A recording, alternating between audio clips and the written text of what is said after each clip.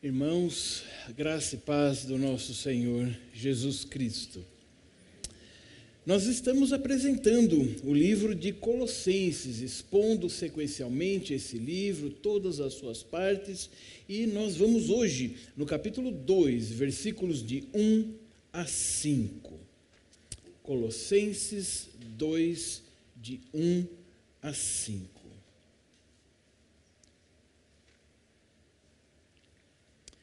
Nos diz assim a Escritura: Gostaria, pois, que soubesseis quão grande luta venho mantendo por vós, pelos laodicenses e por quantos não me viram face a face, para que o coração deles seja confortado e vinculado juntamente em amor, e eles tenham toda a riqueza da forte convicção do entendimento, para compreenderem plenamente o mistério de Deus, Cristo, em que todos os tesouros da sabedoria e do conhecimento estão ocultos. Assim digo, para que ninguém vos engane com raciocínios falazes, pois, embora ausente quanto ao corpo, contudo em espírito estou convosco, alegrando-me e verificando a vossa boa ordem e a firmeza da vossa fé em Cristo. Ó Deus, te rogamos sabedoria dos céus, o esclarecimento do Espírito, para que entendamos e possamos cumprir os teus mandamentos. Em nome de Jesus. Amém.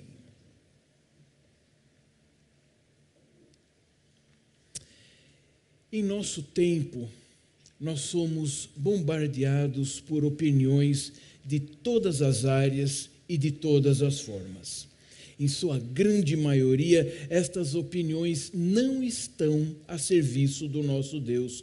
Portanto, o principal objetivo dessas opiniões não é nos tornar cada vez mais a imagem e semelhança do nosso Deus. Aliás, muito pelo contrário, o objetivo dessas opiniões, e muitas vezes não passam apenas disso, opiniões, eles têm o objetivo de deformar a imagem e a semelhança que Deus colocou em nós, para que ela seja conforme o mundo, que jaz no maligno, e Satanás, que é o seu senhor. Sempre lembrando que o Senhor é Deus e Satanás só reina nesse mundo na medida em que Deus assim permite. Mas, enfim, ele está assim. O mundo é dessa forma. E em todas essas opiniões, elas sempre vêm com um tom de mandamento. Isso é muito interessante. Numa cultura que rejeita mandamentos, principalmente se você disser que são de Deus, reparem bem, essas opiniões, seja na mídia noticiada, seja nas redes sociais, elas vêm com um tom muito forte de mandamento. Seja produtivo, atualize-se, seja multitarefa, não perca nenhuma oportunidade. Diante disso, diante desse bombardeio em que exige de você ao máximo, um pastor, Tim Challies, em seu livro Faça Mais e Melhor, um guia prático para a produtividade segundo a Escritura. É muito bom o título desse livro. Faça mais e melhor, porque sempre podemos fazer mais e melhor. É um guia para a produtividade, mas segundo a Escritura. Então ele nos diz assim. O segundo, ele fala de vários ladrões da produtividade, mas um deles o segundo ladrão da produtividade é o excesso de ocupação, algo que evidentemente é o oposto da preguiça. O excesso de ocupação, e você agindo, é o oposto da preguiça. Muito bem. Fazer mais ao invés de fazer menos. Mas isso não é necessariamente uma característica nobre. O excesso de ocupação é um problema que pode ser muito enganoso. Porque enquanto você está ocupado, você não tem tempo parado e refletindo. E a nossa sociedade quer exatamente isso. Ela quer que você esteja ocupado o tempo todo. Porque ela também admite que a preguiça não é bom. Então, que esteja ocupado. Agora, com o quê? porquê e o nosso principal para quem, isto a nossa sociedade não diz. Agora, irmãos, não nos enganemos, na vida cristã não é diferente. Somos bombardeados por doutrinas, mestres, modas, personalidades, mídia e todas elas quase sem nada de Cristo. E isso não é de hoje. Paulo já enfrentava essa luta, e ele usa essa palavra no texto em que lemos, luta. E nessa noite, Paulo vai nos ensinar como nos defender para mantermos o nosso coração firme, mas não em ativismo, firmes em Cristo. O tema do nosso sermão é lutando pela firmeza em Cristo. E o nosso primeiro ponto é: a luta é verdadeira, mesmo que seja invisível. Lutando pela firmeza do nosso coração em Cristo. A luta é de verdade, mesmo que seja invisível. Paulo está imitando Cristo, que veio com respostas e soluções para todas as questões humanas. Sejam essas questões filosóficas, teológicas, psicológicas, existenciais e até mesmo as mais simples questões do dia a dia. Cristo é a resposta para toda e qualquer questão nossa, porque todas as nossas questões se dão na história, que é Ele que faz. E acontece nesse palco, que é o mundo que Ele criou. Então, sendo o Criador e o mantenedor, Ele tem resposta para todas as questões. No caso específico dos Colossenses, o principal problema que a igreja estava enfrentando eram as falsas doutrinas, costumes com aparências de boa religiosidade que estavam sendo introduzidos sutilmente. Ninguém aparece com uma nova doutrina, ensinos falazes ou heresia com um cartaz. São sempre introduzidos sutilmente. Contudo, a sua força e o objetivo era de tirar o foco da igreja, que é adorar e servir a Cristo como Ele mesmo mandou, desviando para outras coisas que não glorificavam a Deus, nem faziam bem à igreja. Desta forma, a primeira coisa que Paulo deixa claro é o seu objetivo e o modo como ele próprio está lidando com isso, e como os colossenses deveriam lidar também. Lembra-se quando Cristo enviou os discípulos e ele disse: vos envio como ovelhas em meio a lobos. Ele disse: no mundo tereis aflição. Mas, por outro lado, são ovelhas enviadas que são mais que vencedoras. Por outro lado, nós temos o Espírito que nos conforta e nos livra das aflições. Mas que ninguém se engane, como o próprio Cristo sofreu. Se você é discípulo dele, por consequência direta, você certamente passará por lutas e dificuldades. É isso que Paulo quer deixar claro. Como as doutrinas entram sutilmente, de maneira palatável, agradável, principalmente ao intelecto, ainda que em uma lógica totalmente falsa, mas de aparente coerência no sistema em que elas funcionam, elas são coerentes. É que aquele sistema não está ligado a nada. Então, como não nos parece luta, Paulo vai deixar muito claro: não se enganem. O que está acontecendo de maneira invisível, que talvez vocês nem percebam, porque é lento, mas forte e contínuo, é uma luta. Veja, nós nem precisamos supervalorizar alguma coisa e também não devemos menosprezar a coisa. Precisamos colocar no seu devido lugar. O fato de ter lutas não significa que devemos ser crentes desanimados e muito menos desesperados. Não é isso que Paulo quer. Porque se ficássemos tristes e desesperados, na verdade seria a prova de que não somos crentes. Mas por outro lado, porque temos a confiança da vitória em Cristo, também não quer dizer que não está acontecendo nada.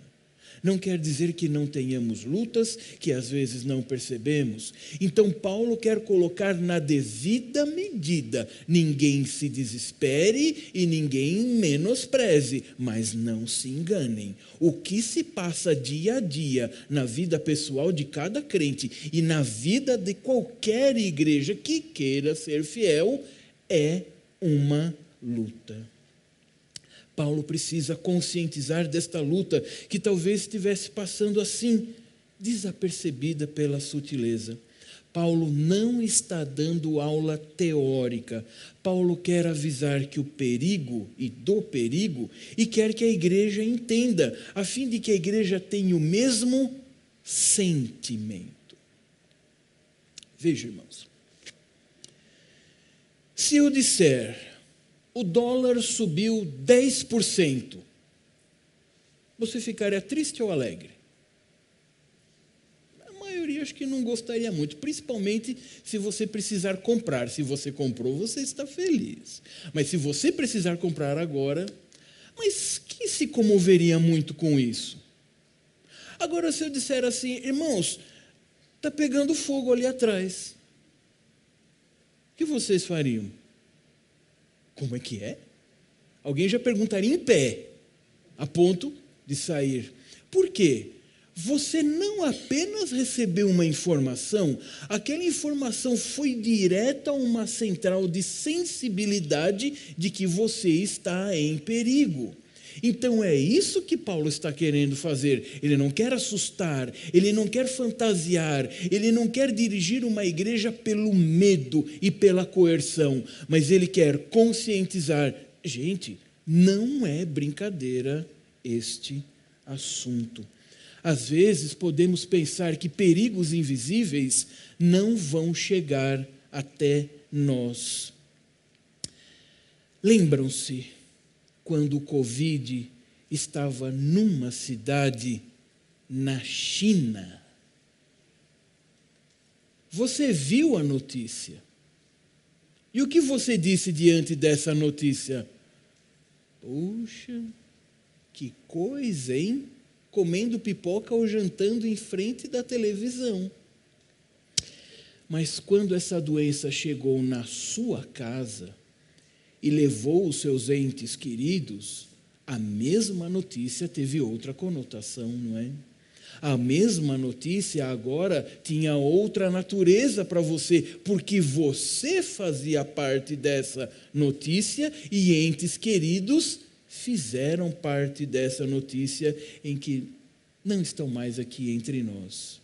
Então agora você pode explicar e contar com propriedade que você foi da geração da pandemia Covid, porque você viveu a luta com aquele inimigo invisível, contudo verdadeiro, concreto e com resultados danosos. É exatamente isso que Paulo está fazendo. É como se houvesse uma Covid das falsas doutrinas. Você não vê, mas você pode perceber os seus efeitos. Os colossenses não estavam sós. Ele mesmo, Paulo, já havia enfrentado isso com outras igrejas. E para dividir a carga e mostrar para os irmãos, olha, isso não é aqui de Colossos e nem é do nosso tempo, ele vai fazer conexões com Cristo, que veio antes da própria igreja e dele mesmo, vai falar dele, que ele estava empenhado nessa luta, mas ele fala da igreja de Laodiceia. E certamente ele fala para nós nessa noite, Colossenses, Laodiceia, Cristo, Paulo e Igreja Presbiteriana de Brasília no século 21. Nós somos participantes desta luta. Isso mostra que a realidade é esperada e que Deus, em sua providência, nos dá todos os meios para sermos vencedores nessa luta. Quanto mais você conhecer de Evangelho, quanto mais você conhecer das verdadeiras previsões que Cristo disse, melhor você entende as cartas de Paulo, nem se abala. Pelo contrário, quando você lê Colossenses nessa parte, o que você imediatamente pensa quando se lembra do que Cristo falou? de fato está acontecendo. E você olha ao seu redor, só mudou a data e o endereço, continuam as mesmas coisas. Cuidado, os falsos ensinos são sutis, têm boa aparência. O pecado de ontem pode ser a normalidade de hoje. E se não fizermos nada, pode ser visto como a bênção de amanhã. Pense quantos valores antigos mudaram, bíblicos, não culturais, que você aprendeu, hoje eles se liquefizeram e o próximo estado é evaporar, porque é isso que Satanás quer fazer com a solidez do ensino bíblico. Só que ele não pode, mas ele tenta e por vezes engana a alguns. Fiquemos atentos, filtremos o melhor tudo que chega até nós, não importa de quem, que a Escritura seja o elemento pelo qual julguemos todas as coisas. Lembram-se quando Paulo ia falar nas sinagogas? Ele tinha esse espaço, ele era rabino, ele podia falar. E quando ele começava a falar de Cristo, então as pessoas não queriam mais ouvir. Mas teve uma sinagoga que deu ouvidos. Só que muito interessante, lá no relato bíblico nos diz: e conferiam na Escritura todos os dias o que Paulo falava, os crentes de Bereia. Não importa que Paulo é formado, não importa que Paulo tem documento, não importa que ele já vem tendo autoridade no cristianismo. Eu quero saber se o que Paulo está falando tem base na Escritura. E ele não ganhou aqueles crentes pela sua oratória, pelo seu título, pelo seu carisma. Ele ganhou pela fidelidade à Escritura. Quer saber de uma pergunta simples que resolve todas as dúvidas da vida cristã? Isso mesmo, irmãos, todas as dúvidas da vida cristã. Pergunte como tal coisa aponta para a glória de Deus e como aquilo te torna biblicamente mais santo. Simples assim. Eu posso assistir tal filme? Não sei. Aquilo glorifica a Deus e te torna mais santo? Eu deveria fazer essa brincadeira com fulano ou fulana? Não sei. Pense. Eu devo cumprimentar fulano assim ou assado? Não sei. Como é esse aperto de mão? Glorifica a Deus e reforça a santidade da fraternidade, da fé? Os irmãos percebem como que com essas duas perguntas simples, você elimina toda a lista de casuísmo que Satanás adoraria que você ficasse atrás dela de maneira farisaica, porque enquanto você está procurando ticar o que pode, o que não pode, a vida está rodando, você não aprende de Deus e, segundo o seu coração, creia, você está fazendo o que não pode. Essa é a nossa tendência. Faça essas perguntas e você terá muito mais certezas na vida cristã. Mas e esse ataque? Como ele acontece? Vimos que é uma luta, vimos que é concreto, pode ser invisível, mas infelizmente muitas vezes ele é eficaz. Mas qual é a tática? Como é que isso acontece? O segundo ponto nos mostra isso de maneira muito simples.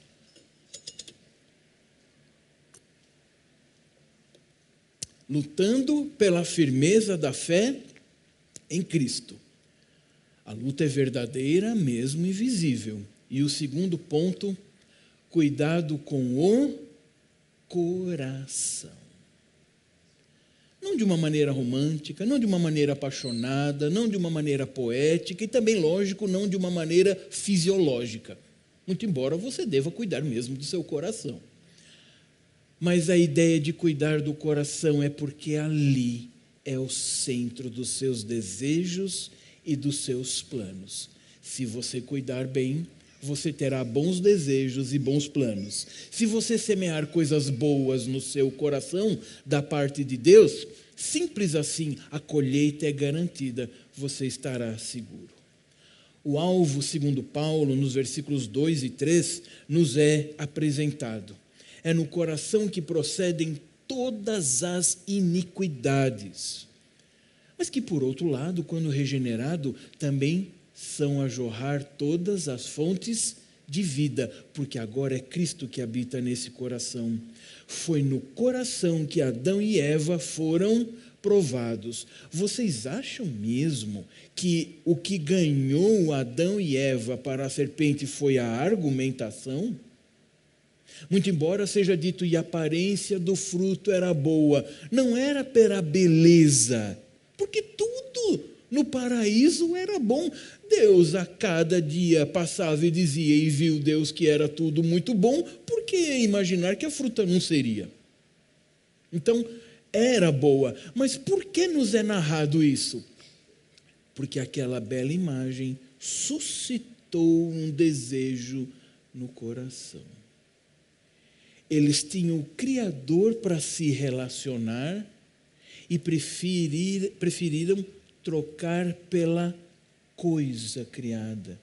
Ao invés de ver a beleza em Deus e satisfazer os anseios do coração com a beleza de Deus, se deixaram levar pela beleza de um fruto.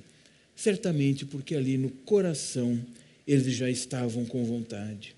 Dessa forma, Paulo enfatiza que tudo que os cristãos precisam, toda a riqueza que precisam, já possuem, está em Cristo.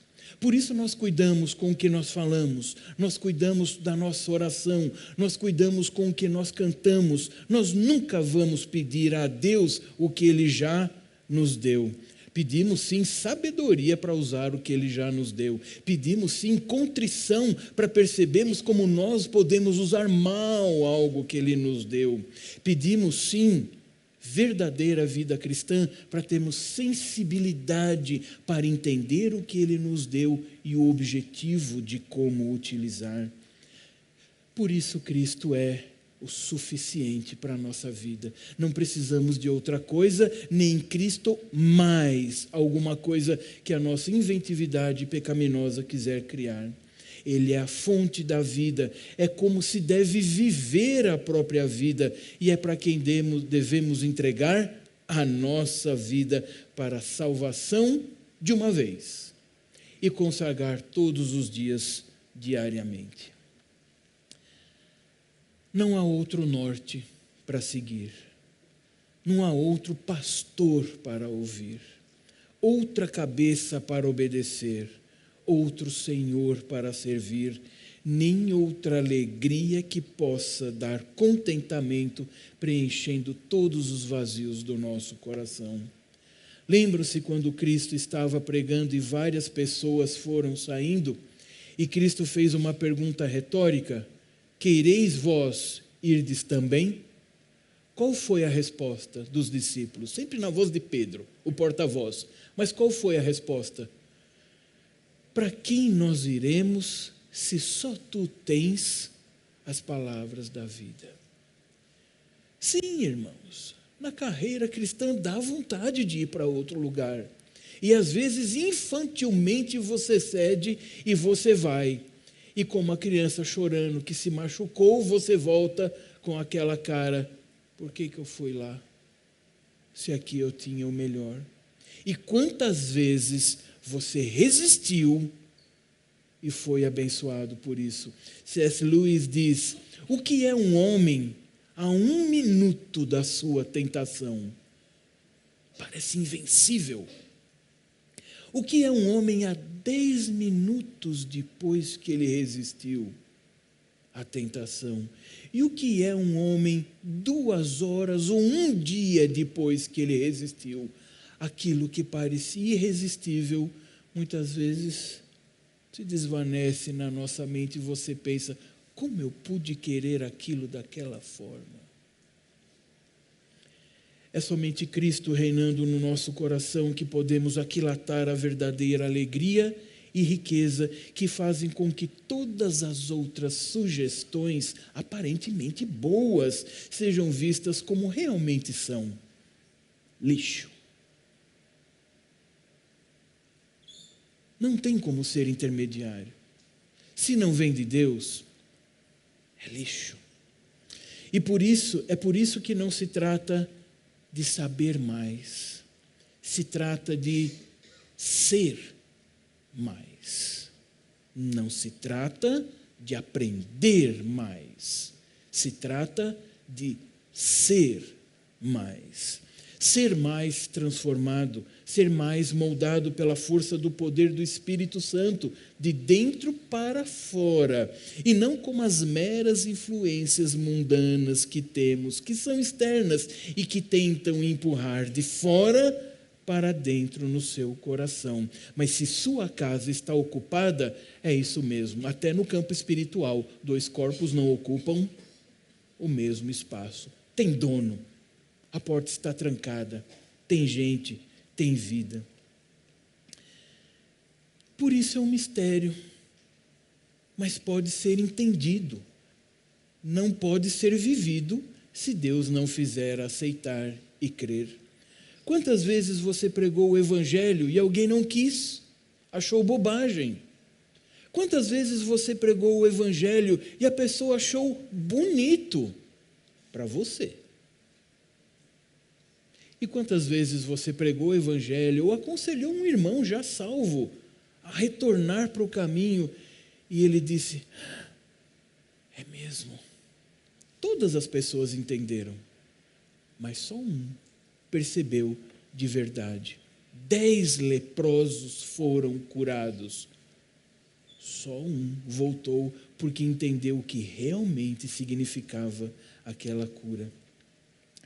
Costumes, superstições, orações prontas, sonhos, visões que não acrescentam nada à Escritura e não acrescentam nada à fé, porque não há como. A fé é dom de Deus, não há como acrescentar nada.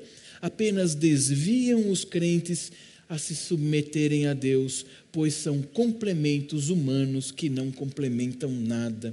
Nosso momento presente quer a ciência, a velocidade e a capacitação continuada em um nível que o próprio homem não consegue atingir. Do que vale ter 10 mil cursos online se você, de fato, só pode fazer um por vez, se quiser fazer bem? Isso mostra que são apenas pressão, tensão, que geram culpa e angústia, mostrando como a artificialidade do homem não é nada inteligente. Inteligência artificial é apenas ignorância carnal quando comparada a Cristo. Inteligência humilhada é a grande sabedoria que vem dos céus. A doutrina do homem parece boa, mas é apenas morte. Não case, não toque nisto ou naquilo.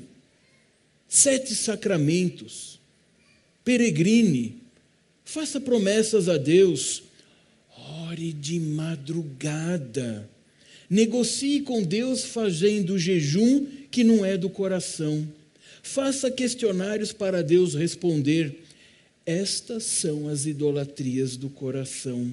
Tudo isso aprisiona, tudo isso faz pessoas infelizes, trazendo mais fardo e um jugo pesadíssimo, porque elas procedem do pecado. Maturidade e liberdade é crer em Deus que é sequer visível. A verdadeira maturidade é crer em um Deus invisível, o que prova que Ele realmente é maior do que essa realidade limitada e visível. Seja santo, mas não fuja das pessoas, pois somos ovelhas em meio a lobos, mas também sal e luz para esse mundo. Case e fique casado. Tenha uma família da aliança que produz gerações que formam a igreja desse momento e do futuro.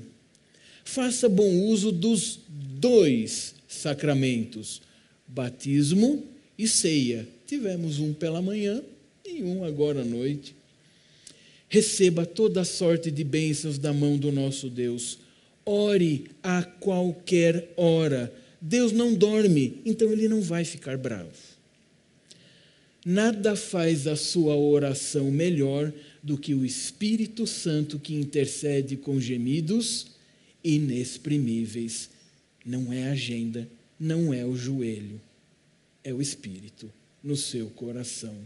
Não precisa esperar Deus falar com você, nem marcar hora. É só ler a Escritura a qualquer hora, todos os dias, que Ele está falando com você, como está falando agora. Todas essas práticas e tantas outras bíblicas fazem pessoas felizes, pois o fardo de Cristo é leve e o seu jugo é suave. Mas nem tudo é tão fácil de se perceber assim. Mas calma, Paulo nos ensina no terceiro ponto.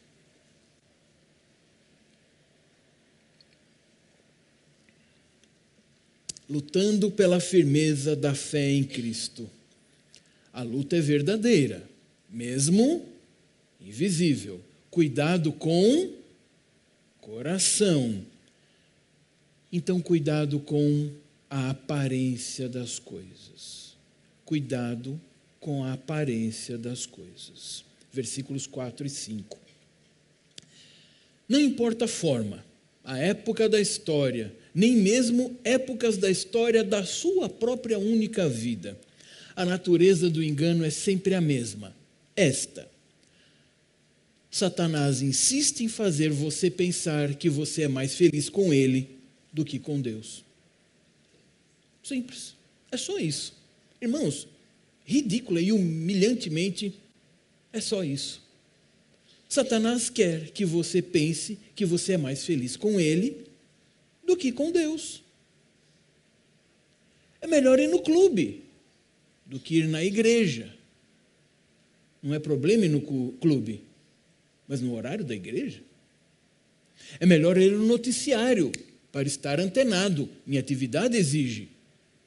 E do que vale o noticiário sem antes saber quem é o dono do noticiário? Faça esporte. Poste selfies ao invés de ir na escola dominical. Tenha saúde. Muitos corriam bem, hoje estão fora. O exercício físico, para pouco aproveita. Não diz que não aproveita. Vá na academia amanhã, que é segunda-feira. Mas para pouco aproveita. Mas o exercício espiritual, para tudo aproveita. É melhor você ficar com Deus e um pouco do mundo. Não precisa desistir tudo de Deus. Aliás, era por isso que os cristãos eram perseguidos e Roma não conseguia entender um negócio desse. Eu não estou pedindo para você negar a sua fé em Cristo. Fica com Cristo, faz o que você quiser, mas adora César e vai vivo para casa. Que gente birrenta, que não pode adorar o imperador e depois vai lá, vai na sinagoga se quer ser judeu, vai se reunir se quer ser cristão, mas adora o imperador e está tudo certo. Reconhece que ele é o verdadeiro rei. Mas para o cristão não é só fingir, falar alguma coisa com reserva. Ou ele diz quem é rei, ou ele diz que não. E Roma não entendia como alguém podia ser tão turrão assim, a ponto de perder a vida por uma opinião e por alguém que foi um perdedor, que morreu na cruz. Esse é o nosso vencedor, Jesus. Por causa dessa imitação que Satanás faz de Deus, há muitas formas com que as heresias entram na igreja. Pode ser, inclusive, através da própria liderança, como de fato foi na história da igreja antes da reforma. Através dos irmãos, quando são pegos em suas fraquezas, carências e dependências. Qual era o segundo ponto? Cuide do coração, porque você vai ser pego na sua fraqueza, carência e dependência. É o organismo espiritual com baixa imunidade teológica. Já que falamos da Covid. Se o filho vai estudar longe, quer garantir a bênção de Deus para ele, então faz assim, olha. Você sabe onde está o seu marido agora? Agora eu sei, está aí do seu lado. Mas você sabe onde está o seu marido agora? Quer mesmo que ele seja só seu? Então reza assim. Assim, essa oração muito antiga e eficaz. Vocês estão para fechar aquele negócio, não é verdade? Quer garantir que Deus vai abençoar? Deus falou comigo que é para vocês fazerem isso e aquilo. Suas fraquezas, carências e dependências. O que os irmãos acham dessas frases? Já ouviu alguma parecida no YouTube, Instagram, Facebook, X, que vergonha, TikTok? Espero que você se toque e saia desse tique. Claro que sim, claro que você já ouviu. Isso não é preciso procurar, elas nos acham. O algoritmo acha o crente. Estes são os atuais profetas de nossa presente cultura, na qual você nem sabe se foi a pessoa mesmo que fez ou foi o Chat GPT. Esse sermão fui eu que fiz. Estes são os raciocínios falazes de nossa época que apelam às fraquezas do coração. Note, não são loucura aparente. Alguém se identificou com aquelas frases? Veja a tecnologia por detrás, o empenho, a massa monetária que isso move, que sustenta e que gera. Tudo bem feitinho. Então, de fato, como nos previne Paulo, tem muito raciocínio. Veja, Paulo não está dizendo que é uma bobagem falaz. É um raciocínio, mas no seu sistema. Quantos crentes que têm medo de conversar com os outros para defender a fé cristã? Quem sou eu para falar com o filósofo? A verdade está com você, o filósofo é só filósofo, e se não tiver Deus, ele tem uma mentira nas mãos. Eu sei, é a dificuldade de argumentar. Vá ler a Bíblia, peça oração a Deus. Você é o vencedor na disputa. Você pode não ganhá-lo, ele pode não ceder, ele pode não querer, mas a verdade é sua. O mentiroso é mais corajoso do que nós, às vezes, que estamos com a verdade, porque temos medo e queremos salvar a própria pele. Não pode ser. Tem muito raciocínio nisso tudo, em tudo isso que falamos e muito mais, em tudo que nos cerca. Mas, em outras palavras, são apenas túmulos, sepulcros, caiados, onde tem uma boa cor, parece limpeza, mas lá dentro é morte e podridão e cheiro ruim. Veja, irmãos, não estou demonizando a cultura, não estou demonizando a tecnologia e nem o acesso que esses instrumentos dão. Não fomos beneficiados justamente na pandemia pela tecnologia? O que estou destacando é que são totalmente, em princípio, descompromissados com o nosso foco primeiro, que é adorar a Deus. Satanás quer, e pior, você também, que você fique na rolagem infinita. Porque enquanto você está isso, estou me atualizando, estou sabendo que meus filhos vêm. Olha só que interessante, que fofo. Olha só que legal. Não sabia, já tenho conversa para quando chegar na reunião. É isso. Ele não quer que você vá para Provérbios, Eclesiastes, e para lidar com o casal, Cantares. Ele não quer que você vá para o foco do Evangelho. No livro também de C.S. Lewis, onde o diabo tem um aprendiz, ele fala: ele quer ir à igreja? Deixe, não impeça. Ele quer ler a Bíblia? Deixa. Ele falou que vai ser professor de escola dominical? Deixa. Só procure evitar uma coisa, só essa, que ele ore. Porque quando você ora, aí não tem jeito. É só você e Deus mesmo. E essa nossa geração quer que você nunca esteja só com você mesmo e muito menos com Deus. Em outras palavras, Paulo está dizendo aos colossenses, como aos de Laodiceia, e para nós também: não caiam nesse truque de novo, já chega Adão. Sério que você vai trocar sua vida e os seus valores pelos da Escritura? Sério que você vai fazer isso? Os colossenses estavam recebendo o ataque de modo geral, mas Paulo diz que eles ainda estavam firmes. A luta era para que eles mantivessem. Olha que maravilha, é onde eu creio que nós estamos. Não está perdido, mas se não cuidar, pode vir a ficar. Como nos diz o versículo 5, isso era uma alegria para ele, pois sabia que enquanto estivessem firmes, seria uma alegria para Deus, que por sua vez seria uma alegria para eles mesmos. Aquele, pois, que pensa estar em pé, veja que não caia. 1 Coríntios 10, 12. Nossa igreja é saudável. Os irmãos viram a Assembleia e a nossa retrospectiva 2023? Nossa igreja está saudável, ela caminha bem, em franca expansão, que nem criança que está precisando cortar o macacãozinho porque o pé está crescendo. Vamos ter de fazer um outro lugar para nos reunir, estamos crescendo. Por isso mesmo é um alvo almejado pelo inimigo de nossas almas. Vigiemos, não temerosos, mas confiantes que o nosso general vai à frente. Nosso pastor nos guarda em nosso redil.